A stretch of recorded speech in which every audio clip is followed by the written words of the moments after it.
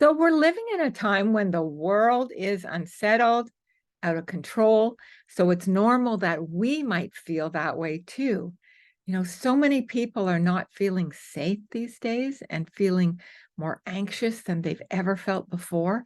Personally, I have to limit my exposure to the news. Maybe you do too. It becomes too much for our nervous systems, not to mention our hearts, to process. So, though we may link fear and anxiety, they're actually not the same. Fear is like an instinctive reaction to facing a threat in the present moment, So think of it as an internal alarm that's there to protect you in a frightening situation, like if a car is speeding towards in your lane. Or if you hear something so loud it sounds like a gunshot, you don't know what it is. Or you slam on the brakes suddenly when a child darts into the street. That's fear. Fear is there to protect you in those situations. Anxiety, on the other hand, usually focuses on situations that have not yet happened. And it's often about vague things that you can't control, like the economy or the future of the planet. Anxiety can also rise during midlife years with hormonal changes and good old menopause. And there can be a constant anxiety about just not feeling comfortable, in our own skin. And there's also the spectrum of anxiety, from the normal anxiety we feel before taking an exam, it's normal, to the debilitating anxiety of panic attacks. So besides the usual go-tos like getting into nature, getting enough sleep, addressing your gut health, which is so important, and exercise, I want to give you 7 ways to help deal with anxious times. So let's start with 1, limit your exposure. And you might have known that was coming, but seriously, can you cut down on the screen time, the device, the news time? It's just uncanny how our senses are barraged with just watching the news. So give yourself a chance to recenter within yourself. Number 2 is be here now. Get your mind out of the future worry and reground in the present moment. Ask yourself some questions like, really important one, am I safe in this moment? What can I control? Will anything change if I'm anxious about it? Probably not. And are there any practices or people I can lean into right now? It's always good to know that you have something or someone on the side, for when these things come up. And if you're on the other side and you want to help someone who's experiencing anxiety, try not to tell them, just calm down, relax. Not the best. Instead, ask, like, what do you need right now? Or how can I support you, Okay, number 3, the 4-7-8 breath. I've talked about this a lot. I love it. It's so effective. According to Dr. Andrew Weil, who introduced this or made it very popular, this breath, quote, over time has been shown to be more powerful than anti-anxiety drugs that are commonly prescribed. So how do you do it? Exhale through your mouth to begin. Then breathe in silently through your nose for 4. Hold for 7. And a slow exhale for the count of 8.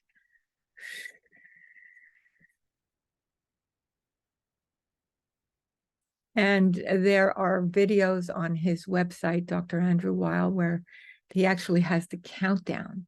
So it's very easy to follow. And it's recommended that you can do this twice a day, but only do 4 cycles at a time because it is that powerful. And it is a great way to fall asleep if you wake up in the middle of the night. Next, number 4 is called the physiological sigh. And this is from Dr. Andrew Huberman of Stanford University. He's a huge advocate of this breath. Anyone can use it, and research has shown that it really immediately reduces stress. So it's a double inhale followed by a longer exhale. And this is called the physiological sigh. So why does it work? As your breathing is driving your heart rate, when you slow down the exhalation, you're immediately calming down the nervous system. And this can be done anywhere, anytime. You can be in line, you can be in your car, you can be in a meeting. No one has to see it, and it's just 2 inhales and a longer exhale. That longer exhale is really important.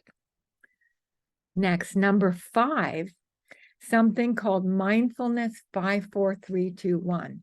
So this is deceptively simple and very effective. So what you do is you actually use your senses to calm yourself down, to get out of that ruminating mind, starting with 5 things that you see. What do you see around you? You could see your hands.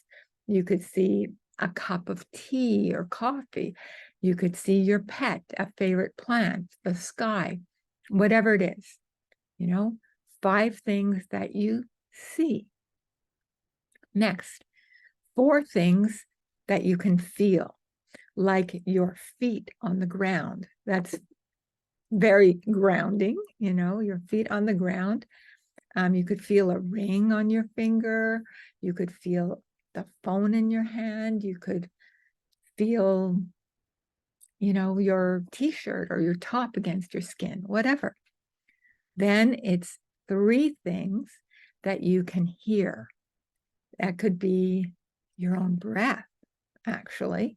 Could be some music. It could be the wind if you're outside, or birdsong. Then 2 things that you can smell, like coffee, like soap, like your dog's breath, if they're anything like mine. So, 2 things that you can smell. And that also brings you into the present moment. And then 1 thing that you can taste, like a mint, a raisin, your toothpaste, whatever. Focus on the taste, the sense of taste. And this short exercise brings you back to the moment and interrupts that cycle of negative thinking and rumination.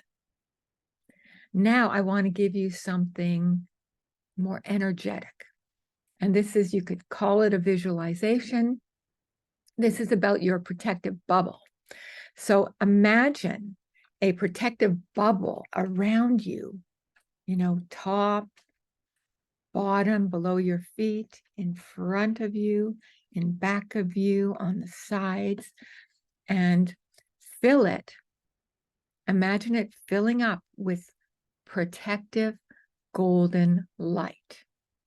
And that can be coming through the top of your head, for example, and filling up all your cells with that warm, cozy, protective golden light,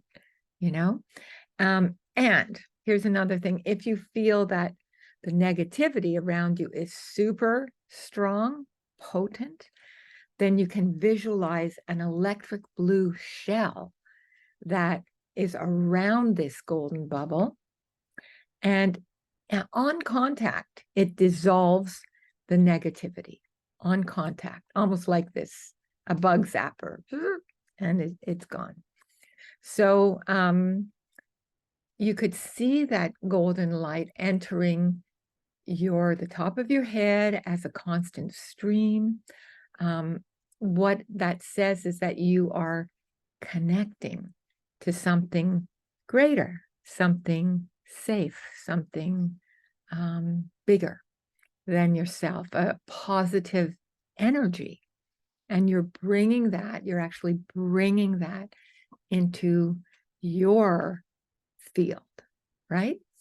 And you can come back to this image, visualization, call it whatever you want, to re-energize and to feel protected whenever you want. It's kind of on call. And finally, number 7 is perspective. So what if you could look at anxiety as a messenger that's telling you that your body and mind want to realign with how you're changing in your life, in your values, and in your priority. Nobody else's, not the people around you, not, whatever you've learned in childhood. It's your priorities now. And when this recalibration happens, anxiety loses its power. So be aware of what thoughts are crossing your mind. It's almost like you have a highway in your mind and all these different thoughts are crossing. So Dr. Dan Siegel coined the phrase, name it to tame it. Be aware of what you are feeling in that moment. And some questions to ask yourself for a greater perspective is, am I feeling anxious or disappointed, sad, afraid, excited? What is the thought that's crossing into my mind, right now? Because it changes all the time. And is it just crossing through, or is it dominating my mind? You will know. And ask yourself as well, is this actually and always true? Or is it only real in certain situations? And that's good to know too. So what can I do to help deal with that? And consider replacing the anxious thought with one that helps you move forward. And you can do that for yourself instead of the thought that digs you in deeper. For example, the thought, oh, I'm stressed out. And you can rally with, like, speaking to yourself, of course it's stressful. I'm in a new situation. I've been through worse. I'll do what's in my control.